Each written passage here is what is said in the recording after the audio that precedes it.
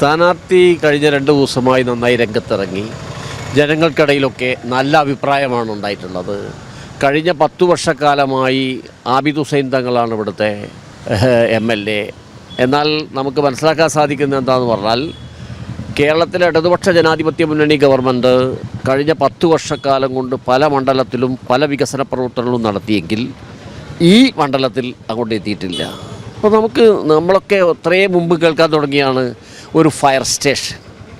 ആ ഫയർ സ്റ്റേഷന് നമുക്ക് ലാൻഡ് ഇവിടെ ഉണ്ട്, റവന്യൂ ലാൻഡ് ഉണ്ട്, എല്ലാ ഗവൺമെൻറ് ചെയ്തു. അതിൻ്റെ കൂടെ ഒരു ഫോളോ അപ്പ് മാത്രമാണ് MLA ചെയ്തിട്ടില്ല അല്ലേ? വികസനത്തിൻ്റെ താല്പര്യമല്ല ഇവിടെ, മുസ്ലിം ലീഗിന് ജയിക്കണമെന്ന താല്പര്യത്തിൽ കവിഞ്ഞ് മറ്റൊന്നും അവർക്കില്ല.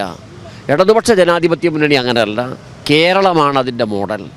ആ മോഡലിലേക്ക് കോട്ടക്കൽ അസംബ്ലി മണ്ഡലത്തിൻ്റെ വിവിധ മേഖലകളിൽ എത്തിക്കുക എന്നുള്ളതാണ് ഈ തെരഞ്ഞെടുപ്പിൽ വിജയിച്ചാൽ ഞങ്ങളുടെ ദൗത്യം. ആ ദൗത്യം നിർവഹിക്കും. അതുകൊണ്ട് തന്നെ ജനങ്ങൾ ഏറ്റെടുക്കും. ഇടതുപക്ഷ ജനാധിപത്യമുള്ള സ്ഥാനാർത്ഥി സഖാവ് പ്രീതി കൊഞ്ചത്ത് നല്ല ഭൂരിപക്ഷത്തിന് ഈ നിയമസഭയിലേക്ക് തിരഞ്ഞെടുക്കപ്പെടും എന്ന കാര്യത്തിൽ സംശയമില്ല. കേരളത്തിലെ പൊതുരാഷ്ട്രീയം കോട്ടക്കൽ മണ്ഡലത്തിലും കൃത്യമായി പ്രതിഫലിക്കുന്നതാണ്. അത് ഇടതുപക്ഷ ജനാധിപത്യ മുന്നണിക്ക് അനുകൂലമാണ്. 2011 മുതൽ NCP ആണ് ഇവിടെ. അന്നാണ് മണ്ഡലം രൂപീകരിച്ച ആദ്യത്തെ തെരഞ്ഞെടുപ്പ്. അന്നത്തെ സ്ഥാനാർത്ഥി 36,000 വോട്ടായിരുന്നു ഭൂരിപക്ഷം. അന്ന് മത്സരിച്ച സമദാനിക്ക്. പിന്നീട് മത്സരിച്ച ആബിദ് ഹുസൈൻ തങ്ങൾ 15,000 16,000 കുറഞ്ഞു. അത് ഈ മണ്ഡലത്തിൻ്റെ കുറഞ്ഞു വരുന്നു എന്ന് കൃത്യമായി കാണിക്കുന്നതാണ്. ഇതേപോലെ തന്നെയാണ് 2006 കുറ്റിപ്പുറത്തും സംഭവിച്ചത്.